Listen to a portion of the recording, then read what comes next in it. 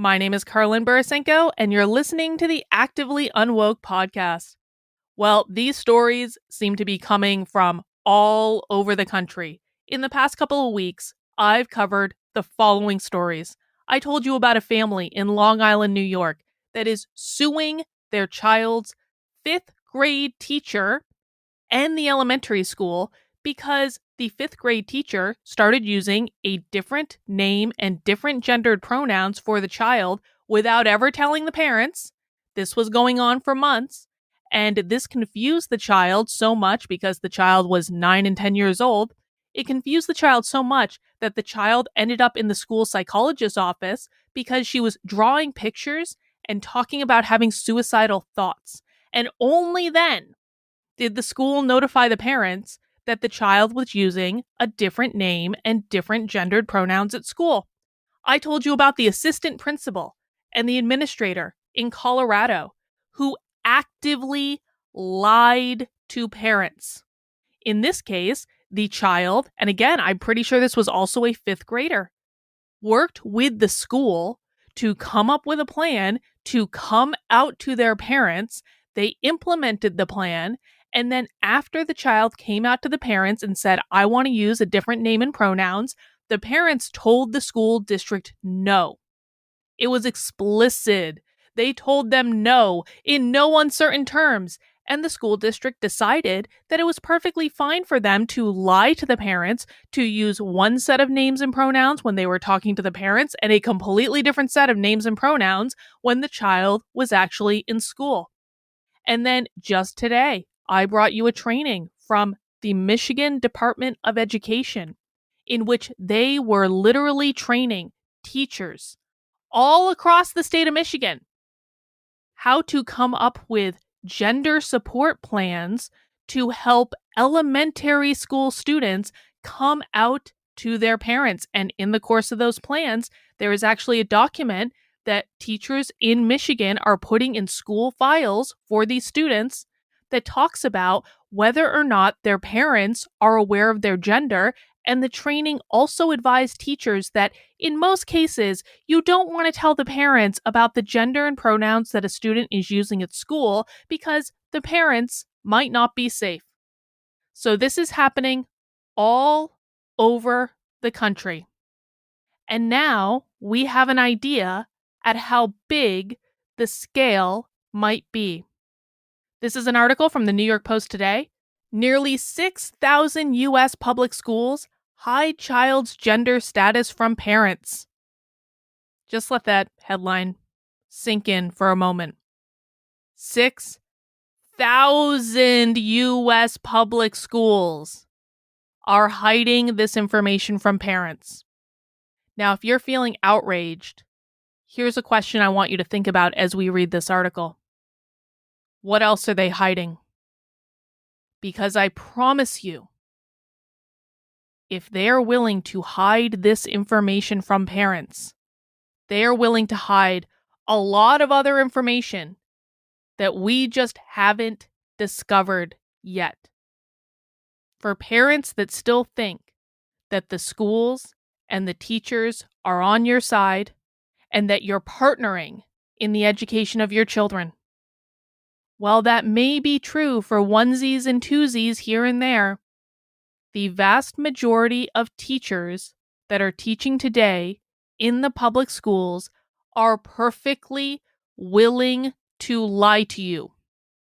They are perfectly willing to look you in the eye and lie to you about what is going on with your child in school because they believe that if they tell you, the parents, the truth, that the child will be unsafe, and therefore it is their responsibility to lie to you about what is going on with your child. And even if you find out, and even if you say, no, you are not going to use that name and pronouns with my child, the school's going to lie to you anyway, because they believe that they will be backed up legally, where even if you sue them, the schools believe that they are on solid legal ground because they are protecting the safety of the child. They view it as a moral good. And that is why there is an article in the New York Post today that says nearly 6,000 U.S. public schools hide child's gender status from parents. Let's read the article, and I will make sure I put it in the show notes as well.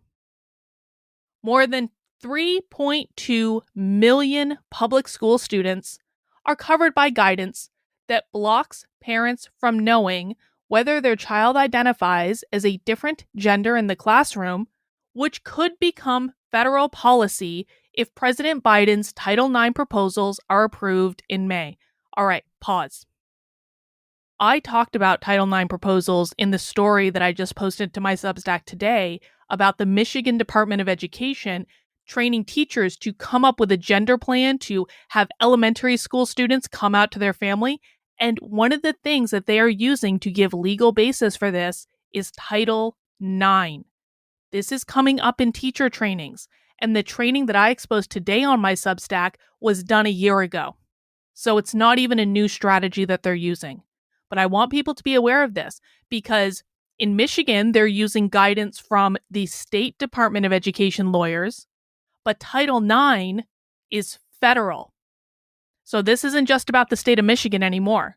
This is a federal title that applies to everyone in every state, even those red states. You are not safe just because you live in a red state. You are not safe just because you live in a rural area. The teaching pool is the thing that is corrupting education. And the teaching pool is the same regardless of what area you happen to be in. All right, let's go back to the article. At least 168 districts governing 5,904 schools nationwide have rules on the books that prevent faculty and staff from disclosing to parents a student's gender status without the student's permission, according to a list compiled by the conservative group Parents Defending Education and shared with the Post. Parents Defending Education does really, really good work. They are absolutely one of the organizations that's worth supporting, and I don't say that easily. I have a long track record of calling out really bad and corrupt anti-woke organizations, but I think Parents Defending Ed actually does do really good work. The 3,268,752 students affected by such policies go to class in all kinds of districts, large and small, affluent and poor, urban and rural, red and blue, stretching from North Carolina to Alaska. The non-comprehensive list includes two of the largest school districts in the country, the Chicago Public Schools and the Los Angeles Unified School District, along with other city jurisdictions like the DC Public Schools, Baltimore Public Schools, San Francisco Unified School District, Portland Public Schools, and Seattle Public Schools. And not for nothing, but I have actually done investigation streams for my Schools Exposed program on most of those school districts. I've done Chicago, I've done San Francisco, I've done Portland, I've done Seattle. DC is absolutely on the list at some point. And so if you want to watch my Schools Exposed investigation streams, you can head over to my YouTube channel. You can find the link on activelyunwoke.com/about, and you can watch my schools investigation streams on them. And definitely make sure you check out the Schools Exposed program as well. It is open. I'm bringing people into it. It is a program to help parents use publicly available information to find out what's going on in the school districts. And you can find out more about that at schoolsexposed.com. The article continues. Districts from deep blue university towns, Berkeley and Palo Alto, New Haven, Iowa City, Ann Arbor, Hanover, New Hampshire, Durham, North Carolina, Madison, Wisconsin, appear on the list, as do 11 districts in deep red Idaho, 16 in purple Pennsylvania, 7 in Virginia, where Republican Governor Glenn Youngkin was elected in 2021 in part on a platform of giving parents a bigger say in their child's education. I said from day one that Glenn Youngkin was not banning the right things in Virginia. I was shouted down by conservatives. They said, Carlin, you just don't like Republicans. Well, as it turns out, I was right about that. At some point, people are going to start listening when I tell them that elected officials are not doing the right things. Dare to dream, I suppose. But hey, you're listening to me, so that's worked out well, and I do appreciate it. 3 New York school districts appear on the list: Buffalo City, Brighton outside Rochester, and Lake George in the Adirondacks. Oh God, I bet Lake George is uber woke. I've vacationed in Lake George many, many times. Actually, great little tourist town. There's a fort there. It's really cool, but I bet they're uber woke. 9 districts on the list are located in New Jersey, including Fairview, Garfield, Tenafly, and Bergen County. Nicole Neely, president of Parents Defending Education, told the Post the list only begins to scratch the surface of what is taking place behind closed doors in America's schools. This investigation shows that parental exclusion policies are a problem from coast to coast, and that living in a red state doesn't mean that families are automatically shielded on this issue, Neely said. Without a doubt, there are hundreds, if not thousands, of others with similar policies on the books. We urge everyone to keep an eye out and to let us know if they've found something similar in their backyard. These policies are everywhere, not always written down, agreed Luke Berg of the Wisconsin Institute of Law and Liberty. I don't have a list anywhere near as comprehensive as Parents Defending Ed, but given what I've heard from parents, I would assume it is even more widespread than the 6,000 they have documented. I agree with that. I 100% agree based on everything I've seen. In our view, Berg added, all of these policies violate parents' constitutional rights under the U.S. Constitution and possibly many state constitutions as well. Despite the legal controversy, the Biden administration proposed new Title IX regulations in July of 2022 that would allow school district employees across America to withhold gender information from parents, setting up a potential battle between the federal government and red states. The policies have already prompted legal action in some districts, with opponents spanning the full political spectrum. Last November, a transgender clinical psychologist filed an amicus brief on behalf of a conservative law group suing the school district in Montgomery County, Maryland, which covers some of the toniest suburbs of the nation's capital. The psychologist, Dr. Erica Anderson, said in the brief that socially transitioning at school as a student is a major and potentially life-altering decision that requires parental involvement for many reasons. I don't know why this even needs to be said. Okay, maybe I'm a little excited right now, but I truly don't know why this even needs to be said. You are literally talking about the school transitioning the student's gender, and we don't think that that needs parental involvement? I know that not all parents are perfect. I certainly didn't have perfect parents. I'm sure many of you listening did not have perfect parents. However, even with imperfect parents, it is still probably better to have them involved than not have them involved with the gender transition of their child. And there are schools that are starting this in elementary school before puberty even starts. Folks, the human brain does not develop the logic, reason, function of the brain until we're in our mid-20s. And you're talking about doing this with kids who are 8, 9, 10 years old? That is ludicrous. It is absurd to say that you wouldn't involve the parents. I don't want to be erased as a transgender person, and I don't want anyone's prerogative or identities to be taken away from them, she told the New York Times in January. But on this one, I'm aligned with people who are willing to advocate for parents. Bernadette Broyles, who runs the conservative Child and Parental Rights campaign, I'm not familiar with that campaign, so I can't speak to how good or bad it is, has been equally invested in the legal battle, pushing school districts and gender clinics alike to stop policies that keep parents in the dark. Such guidance, she says, violates parents' right to privacy as codified in FERPA in 1974, that's the Family Educational Rights and Privacy Act, as well as parents' 14th Amendment rights.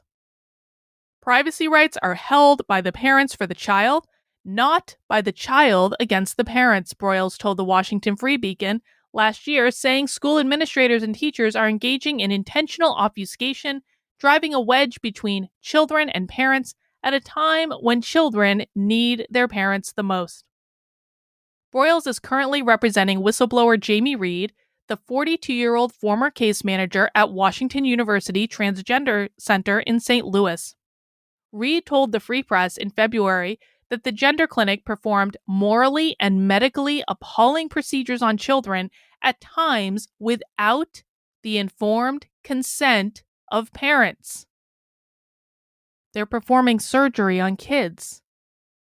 Permanent surgery to remove body parts without informed consent from the parents. The population of youth who identify as transgender has doubled from 0.7% to 1.4% since 2017, according to reports from the Williams Institute at UCLA Law School. And I'm going to tell you this. I'm seeing school districts in the research I'm doing on school websites who are saying between 30 and 50% of their high school students identify as queer or gender nonconforming. That number is going to go up. I actually think that number is bad. I think that 1.4% is too low. I think that needs to be run again. The fight over so-called parental rights in school transgender issues made national headlines during Glenn Youngkin's gubernatorial campaign, etc., etc. The rest is basically about Glenn Youngkin. But the crux of this article is this. There are a lot of people who live in red states that are, quite frankly, extremely complacent about what is going on in their child's school. They say, I have a Republican governor. We are a red state. We don't need to worry about that. Thank God I live in a red state. This is happening in red states. Your elected officials are not protecting you. And yes, Florida, I'm looking at you too, because I've done research into some of the school districts in Florida, and it's there as well. Just because you have Ron DeSantis as governor does not mean he's actually protecting you from this stuff. It does not mean it's not in your school. And the minute that you remain complacent is the minute that you're going to come home one day and find your child socially transitioned in school, and then you're going to have to spend years deprogramming them if you even get that far. The time to be complacent is over. This is going on in schools all over the country. We now know at least 6,000 public schools have policies that tell them specifically that they're allowed to lie to you about your kid's gender or what your kid is identifying as at school, if that's different than what you understand it to be. And if they socially transition the kids, even if they don't put them on hormones, even if they don't put them in therapy, even if they don't start medicalization, even if it's just that they're cutting their hair and they're changing their name and they're wearing different clothes, that is all part of the process of moving them into something more severe. Listen, kids go through phases. I've always been a tomboy. Growing up, I had short hair. Growing up, I wore the boy clothes. Growing up, I wish I was a boy so badly. I look back at my experience now and I know I absolutely would have been transed if I was in schools today. Absolutely would have been. But it was a phase. And I wasn't in a position at that time to have medicalization offered to me. But if it had been offered to me at that time, I would have taken it because I hated being a girl so much. You think there aren't a lot of people out there like me today? Of course there are. The difference is that the schools are saying, if you're dressing like a boy and cutting your hair short and you like boy things and you prefer hanging out with boys, that means you're a boy. Or it means you're non-binary or genderqueer or gender non-conforming. And then it's just a hop, skip, and a jump to, why don't you just get on testosterone and block your puberty? And you're going to feel so much better when you're on testosterone. And why don't you just have top surgery? I mean, you don't really want the boobs anyway. Why don't you put on this chest binder, try it out, wear the chest binder around school. When are you going to schedule your top surgery? Oh my gosh, all your friends just had top surgery. When are you going to get it for that social reinforcement? That's not an exaggeration. That's happening. And these are kids who are looking to fit in, who are looking for acceptance, who hate going through puberty as much as any kid did. And they're trying to make it stop. They're trying to, everyone hates this period of their life. We need to normalize telling kids that high school sucks, puberty sucks, we all hated it. But guess what? We all made it through without cutting off our body parts. We need to normalize telling kids that being a teenager sucks. It is one of the worst times in your entire life. But it's going to get better once you get into the real world and you start making money and being an adult and making adult friends and doing adult things. And when you really it gets better when you get into your 30s, and then it gets much better when you get into your 40s. Life gets better and better and better. But we idealize childhood. We idealize these teenage years so that a lot of people look back in retrospect. They're like, oh my God, it was the greatest time in your life. No, it wasn't. It absolutely was not. Being in high school sucks. Being a teenager sucks. You feel awkward. Your body is changing. There are different cliques in school. You have enemies. School is one of the only places that most people will ever experience actual physical violence in their lives. There are good points too. Don't get me wrong, I'm not saying it sucks from dawn to dusk. But being a teenager sucks. And we need to start telling them that. Because in response to it sucking now, teenagers are cutting off their body parts and permanently sterilizing themselves, and this is not a good idea. And this is happening before the parents even know what's going on. Also not a good idea. An entire generation is going to be sterilized because of this bullshit, and that is not an exaggeration. When are people going to start taking this seriously? I'm just not sure exactly what needs to happen. But in the meantime, I'm going to keep covering it. You can find my work at Karlyn, KARLYN.substack.com. If you're looking for links, you can head over to activelyunwoke.com. Make sure you subscribe to the podcast. If this is your first time listening to it, you can find links to subscribe and the entire back catalog of archives at activelyunwoke.com/podcast. And while you're there, I hope you'll consider supporting the work I'm doing. I'm completely 100% funded by you. You can sign up for paying monthly memberships on Substack, on Locals, on Patreon, or you can make a one-time gift at activelyunwoke.com/support. I really appreciate it. We'll see you next time.